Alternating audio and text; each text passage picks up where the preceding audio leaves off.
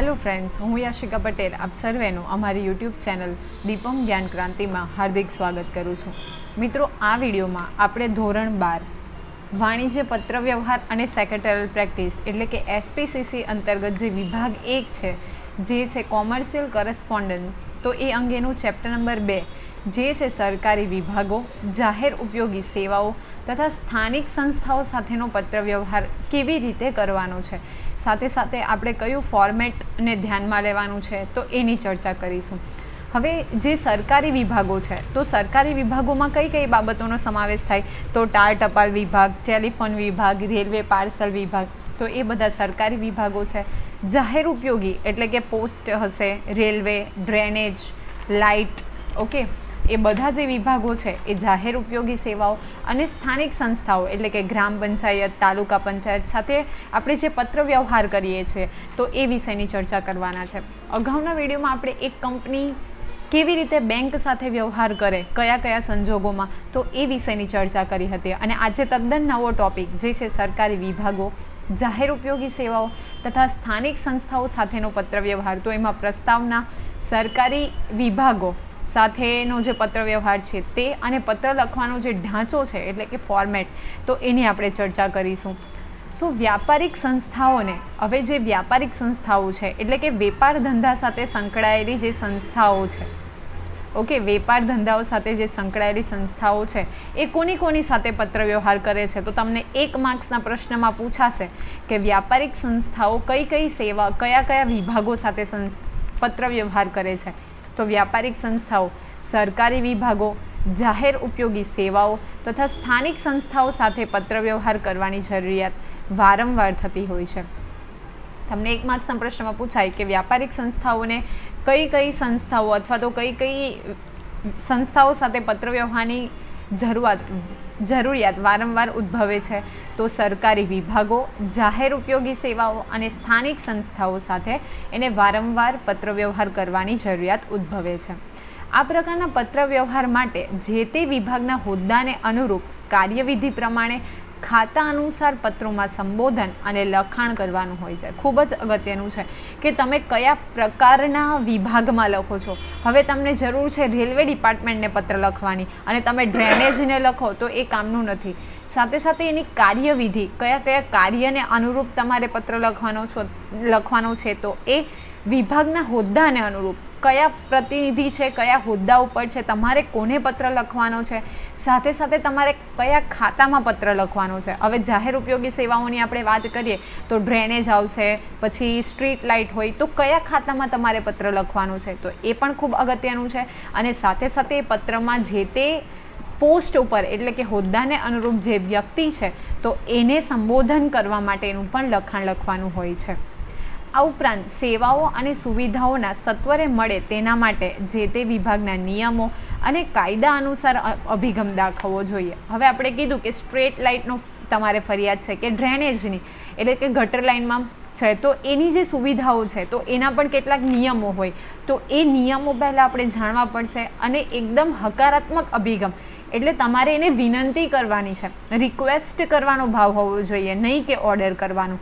તો એ જે અભિગમ છે તો કાયદા અનુસારનો અભિગમ આપણે દાખવવો પડે। હવે આપણે માની લઈએ કે કોઈક તમારું ફર્મ છે, કોઈ પેઢી છે કે કંપની છે, હવે તમને ખબર છે કે આપણે ઇલેક્ટ્રિક જે જોડાણ છે તો એ અંગેનું બિલ આપણે ભરવું પડે। જો આપણે બિલ ન ભર્યું હોય અને આપણી જો એ સર્વિસ છે એને બંધ કરી દેવામાં આવે અને તમે દાદાગીરી કરો કે અમારી જે સેવાઓ બંધ થઈ ગઈ છે એને સત્વરે ચાલુ કરો, તો એ યોગ્ય નથી। કારણ કે કાયદા અનુસાર શું કરવું પડશે કે આપણે જે સેવાનો ઉપયોગ કર્યો છે તો એનું આપણે શું કરવું પડશે, બિલ ભરવું પડશે। તો એવી રીતે જે કાયદા અનુસાર અભિગમ છે તો એ અભિગમ દાખવીને આપણે શું કરવાનું છે, પત્ર લખવાનો છે। જે બાબતમાં તે પત્ર લખવાનો છે તે અંગેનો ખ્યાલ પણ હોવો જરૂરી છે। મેં તમને કીધું કે સપોઝ તમારે લાઇટ બિલ સાથે કનેક્શન છે તો એ ડિપાર્ટમેન્ટમાં પત્ર લખવાનું છે, તો એના માટે તમે ડ્રેનેજ ડિપાર્ટમેન્ટને પત્ર ન લખી શકો તો કયા ખાતા માટે અને કઈ બાબત માટે પત્ર લખવાનો છે તો એ અંગેનો ખ્યાલ પણ આપણા માઇન્ડમાં એકદમ ક્લિયર હોવો જોઈએ। અભ્યાસના હેતુથી આ પ્રકારના પત્ર વ્યવહારને 3 વિભાગમાં વહેંચી શકાય. આ પણ ખૂબ અગત્યનો પ્રશ્ન છે કે સરકારી વિભાગો, જાહેર વિભાગો અને જે સ્થાનિક સંસ્થાઓ છે તો એ અંગેનો અભ્યાસનો હેતુ છે, તો એ અંગેનો જે પત્ર વ્યવહાર છે એને મુખ્યત્વે કેટલા ભાગમાં વહેંચી શકાય? તો 3 ભાગમાં વહેંચી શકાય. કયા 3 ભાગમાં? તો સરકારી વિભાગો સાથેનો પત્ર વ્યવહાર, એટલે મેં તમને કીધું કે તાર ટપાલ છે, ટેલિફોન, રેલવે પાર્સલ, વેચાણ વેરો, આવક વેરો, આયાત નિકાસ વિભાગ, એ બધા સરકારી વિભાગો. જાહેર ઉપયોગી સેવાઓ એટલે કે ડ્રેનેજ, પાણી પુરવઠો, એ અંગેનો પત્ર વ્યવહાર, અને સ્થાનિક સંસ્થાઓ સાથેનો પત્ર વ્યવહાર એટલે કે ગ્રામ પંચાયત, તાલુકા પંચાયત, જે સ્થાનિક સંસ્થાઓ એટલે કે જે તે સ્થળ લોકલ જે ડિપાર્ટમેન્ટ છે જે, તો એની સાથેનો પત્ર વ્યવહાર. તો આ ખૂબ અગત્યનું છે કે કયા 3 ભાગમાં આપણે ડિવાઈડ કરી શકીએ? તો સરકારી વિભાગો સાથેનો પત્ર વ્યવહાર, જાહેર ઉપયોગી સેવાઓ અંગેનો પત્ર વ્યવહાર અને સ્થાનિક સંસ્થાઓનો પત્ર વ્યવહાર. અને આપણે જે પ્રમાણે વાત કરી એ પ્રમાણે કઈ કઈ બાબતોનું ધ્યાન રાખવું પડે? તો જે તે વિભાગ, કયા વિભાગને લખવાનો છે, એ હોદ્દાને અનુરૂપ સંબોધન લખવાનું છે, ખાતા અનુસાર પત્ર લખાયેલો હોવો જોઈએ, અને બીજું કે કાયદા અનુસાર આપણે હકારાત્મક અભિગમ દાખવીને જે પત્ર છે કયા કોની સાથે? તો સરકારી વિભાગો સાથે, જાહેર ઉપયોગી સુવિધાઓ સાથે અને સ્થાનિક સંસ્થાઓ સાથે આપણે એ પ્રકારનો એટલે કે હકારાત્મક અને કાયદા અનુસારનો અભિગમ દાખવીને પત્ર લખવાનો છે. હવે આપણે વાત કરીએ સરકારી વિભાગો સાથેનો પત્ર વ્યવહાર. તો કઈ કઈ સંજોગોમાં અથવા તો કઈ કઈ પરિસ્થિતિઓનું નિર્માણ થાય ત્યારે આપણે સરકારી વિભાગ સાથે પત્ર વ્યવહાર કરવો પડે છે? તો સામાન્ય નાગરિક અને વ્યાપારિક પેઢી તરીકે સરકારી વિભાગો સાથે જુદી જુદી બાબતો માટે ઘણી વખત પત્ર વ્યવહાર કરવો પડતો હોય છે. ભલે એક સામાન્ય નાગરિક હોય, વ્યાપારી પેઢી હોય કે કંપની હોય, તો ઘણી બધી પરિસ્થિતિનું સર્જન થાય જ્યારે આપણે શું કરવું પડે છે કે સરકારી વિભાગો સાથે શું કરવું પડે? પત્ર વ્યવહાર કરવો પડે. કેટલીક સરકારી વિભાગોમાં ઓનલાઈન અરજી કરવાની હોય છે, તો વળી કેટલાક બાબતો માટે નિયત કરેલું ફોર્મ હોય છે જેને યોગ્ય રીતે ભરીને માંગ્યા પ્રમાણેના પુરાવાઓ સાથે જે તે વિભાગમાં જમા કરાવવાનું હોય છે. હવે તમે જાણો છો કે આજના ડિજિટલ યુગમાં ઘણા બધા સરકારી વિભાગો એવા છે કે જે તમે ઓનલાઈન અરજી કરી શકો. આપણે વાત કરીએ મ્યુનિસિપલ કોર્પોરેશન્સની, તો તમારે ધારો કે આપણે ઉદાહરણ લઈએ કે રખડતા ઢોરનો ત્રાસ હોય કે મચ્છરનો ઉપદ્રવ વધી ગયો હોય, સાથે સાથે સ્ટ્રીટ લાઇટનો કોઈ પ્રોબ્લેમ હોય, તો એવા કન્ડિશનમાં તમે ઘર બેઠા ઓનલાઈન અરજી કરી શકો છો. તો એ પોસિબલ છે. તો કેટલાકમાં શું હશે કે નિયત કરેલું ફોર્મ ભરવાનું હોય છે અને માંગ્યા પ્રમાણેના પુરાવાઓ પણ જે તે વિભાગમાં રજૂ કરવાના હોય છે. સપોઝ આપણે માની લઈએ કે આરટીઈ એટલે કે right to information, RTI, okay, right to ઇન્ફોર્મેશનમાં શું કરવું પડશે? એમાં તમે ફોર્મ ભરવું પડશે, ચોક્કસ નિયત કરેલું જે ફોર્મ છે એ ભરવાનું છે, અને સાથે સાથે તમારે જે પુરાવાઓ છે તો એ પુરાવાઓ પણ શું કરવા પડશે? રજૂ કરવા પડશે. એટલે ઘણા વ્યાપારી વિભાગો એવા છે કે તે ઓનલાઈન થકી પણ તમે કાર્ય કરી શકશો, પરંતુ કેટલાક જે વિભાગો છે એમાં તમારે ફરજિયાત પ્રમાણે જે નિયત કરેલું ફોર્મ છે તો એ ફોર્મ ભરવાનું છે, અને સાથે સાથે જે પુરાવાઓની જરૂરિયાત છે તો એ પુરાવાઓ પણ શું કરવા પડશે? તમારે જમા કરાવવા પડશે. સામાન્ય રીતે વ્યાપારી પેઢીઓને વિવિધ બાબતો માટે નીચે જણાવેલ સરકારી વિભાગો સાથે પત્ર વ્યવહાર કરવાની જરૂરિયાત પડે. તો કયા કયા વિભાગો? તો ખાસ કરીને તાર ટપાલ વિભાગ એટલે પોસ્ટ ઓફિસની સાથે, પછી છે ટેલિફોન વિભાગ, રેલવે પાર્સલ વિભાગ. શા માટે ટેલિફોન વિભાગ? હવે તમને ખબર છે કે કોઈ પેઢી છે અથવા તો કોઈ કંપની છે, તો એ શું કરશે? ઘણી બધી કંપનીઓ સાથે જોડાયેલી હશે. હવે માની લઈએ કે કોઈ કંપની છે, તો કંપનીમાં પણ ઘણા બધા ડિપાર્ટમેન્ટ હોય, જેવી રીતે ઉત્પાદન વિભાગ છે, આયાત નિકાસ, બધા અલગ અલગ છે, ઓકે, સેલ્સનો ડિપાર્ટમેન્ટ. તો એ શું કરશે કે હવે ઘણી મોટી કંપની છે તો એક વ્યક્તિ બીજા ડિપાર્ટમેન્ટમાં નહીં જાય, તો શું કરશે? ડાયરેક્ટ જ લેન્ડલાઇનથી શું કરશે? આંતર જોડાણ હોય જેના દ્વારા એ દરેક પ્રકારના જે વિભાગો છે તો એની સાથે શું કરી શકે?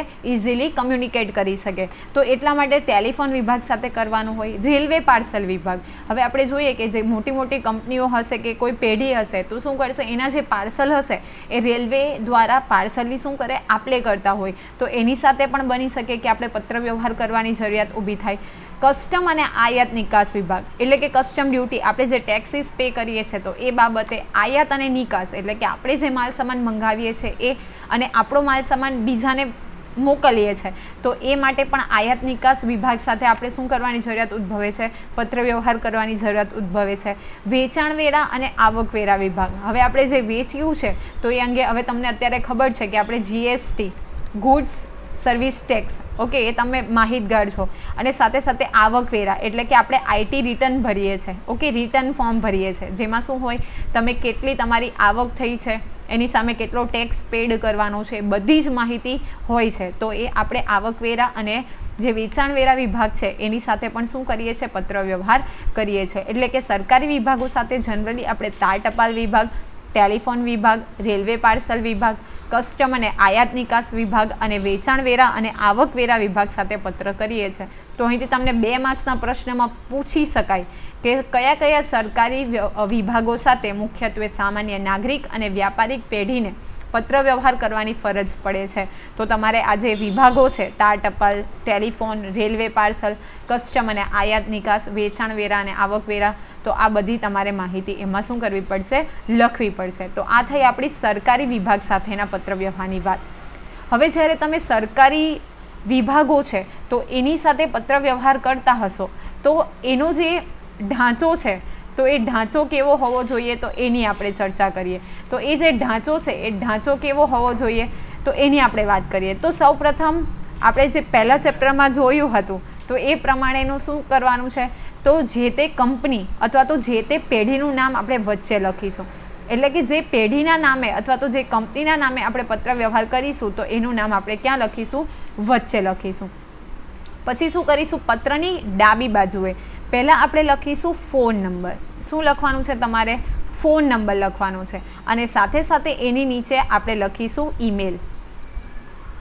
ઓકે, શું લખવાનું છે? ઈમેલ લખવાનું છે. એટલે ઈમેલ મતલબ કે જે કંપની છે, આપણે માની લઈએ કે અહીંયા મેં લખ્યું છે XYZ કંપની, તો અહીંયા ઈમેલમાં આપણે શું લખીશું?